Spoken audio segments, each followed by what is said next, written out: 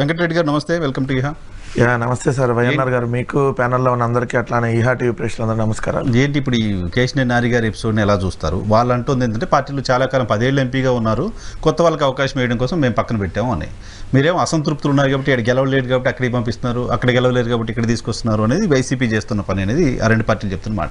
ఒకటేంటంటే తెలుగుదేశం పార్టీలో అది అంతర్గత వ్యవహారం. వాళ్ళు ఎవరికి సీట్ ఇచ్చుకుంటారు ఏంటి అనేది వాళ్ళకి సంబంధించిన అంశం. కేశినేని నాని గారికి ఇస్తారా, చిన్నీకి ఇస్తారా, లేదంటే పొత్తులో భాగంగా మొన్న ఒక లిస్ట్ వచ్చారు 8 సీట్లు ఏదో బీజేపీకి, దాంట్లో విజయవాడ పేరు కూడా ఉన్నట్టుంది నేను చూస్తున్నట్టు. విజయవాడ, రాజమండ్రి, విశాఖ ఏదో లిస్ట్ వచ్చింది.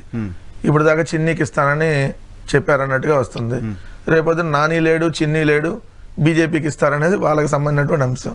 కానీ ఒకటి స్పష్టంగా ఏంటంటే కేశినేని నాని గారు కుటుంబంలోనే ఇంకో వ్యక్తిని తీసుకుని వచ్చి ప్రోత్సహిస్తున్నారు, నా కుటుంబంలోనే రాజకీయంగా ఇంకోళ్ళని తీసుకుని వచ్చి నాకు ప్రత్యర్థిగా పెడుతున్నారు, ఇది సరైనటువంటి పద్ధతి కాదు అని చెప్పి స్వయాన కేశినేని నానియే అనేక సందర్భాల్లో మీడియా ముందే వెల్లడించినటువంటి సందర్భం. అందుకని కొన్ని రోజులు ఆయన దూరంగా ఉన్నారు, కొన్ని రకరకాలుగా సోషల్ మీడియాలో కూడా ఆయన పోస్టులు పెట్టి ఇట్లా చేశారు, ఈ విధంగా చేస్తా ఉన్నారని చెప్పాడు. నిన్నగాక మొన్న కూడా తిరువూరులో జరిగినటువంటి దాంట్లో బాహాబాగా ఇద్దరు కొట్టుకోవడం జరిగింది. తిరువూరు ఎవరో ఇన్ఛార్జిగా పెడితే ఆయన కూడా వీళ్ళు బండబూతులు తిట్టి అసలు నీకు ఆర్గనైజ్ చేయడం చేత కాదని చెప్పి కేశినేని నాని గారు మాట్లాడటం. తర్వాత చంద్రబాబు నాయుడు గారు పిలిపించి మాట్లాడితే బాగుండేది, లేదంటే లోకేష్ అన్న పిలిపించి మాట్లాడితే బాగుండేది. కానీ ఇది ప్రోత్సహిస్తుంది లోకేష్ అని ఈయన ఆరోపిస్తున్నాడు కేశినేని నాని గారు. అది నాకు తెలియదు, ఎందుకంటే తెలుగుదేశం ప్రతినిధిగా ఆనంద్ సాగర్ గారు చెప్పాలి. సో లోకేష్ ఒక వర్గాన్ని ప్రోత్సహించి ఇట్లా మా బ్రదర్ని ఎంకరేజ్ చేస్తా ఉన్నాడు, ఇది కరెక్ట్ అయిన పద్ధతి కాదు అని ఆయన 2 సార్లు వైసీపీ గాల్లో కూడా ఎంపీగా గెలిచినటువంటి వ్యక్తి కాబట్టి అదొక యాక్సెప్ట్. ఇప్పుడు ఆనంద్ సాగర్ గారు మాట్లాడినటువంటి భాష తెలుగుదేశం వాళ్ళు ఇప్పుడు ఆయన చెప్పిన వర్షంలో తెలుగుదేశం వాళ్ళు ఎవరు మాట్లాడట్లా. ఎందుకంటే వైసీపీలో అభ్యర్థులు మారిస్తేనేమో వైసీపీలో ఓడిపోతారని ఇటు మారుస్తున్నారు, అటు ట్రాన్స్ఫర్లు చేస్తున్నారని మిగిలిన తెలుగుదేశం నుంచి వచ్చే నాయకులు ఈవెన్ చంద్రబాబు నుంచి అందరూ మాట్లాడుతున్నారు. మరి మీరెందుకు సిట్టింగ్ ఎంపీని 2 సార్లు గెలిచినటువంటి కేశినేని నాని గారిని ఎందుకు మార్చి వాళ్ళ బ్రదర్కి ఇస్తున్నారంటే మన తెలుగుదేశం నుంచి సమాధానం లేదు. ఇంకోటి స్పష్టంగా నేను అడగదలుచుకుంది ఏంటంటే మీరు గెలిచినటువంటి 3 ఎంపీలు మీకు గెలిస్తే ఒక రామ్మోహన్ నాయుడు తప్పించి మిగిలిన 2 ఎంపీలు అసలు ఈవెన్ మీ లోకేష్ పాదయాత్రలో కూడా పార్టిసిపేట్ చేయలేదు. గల్లా జయదేవ్ అండ్ కేశినేని నాని.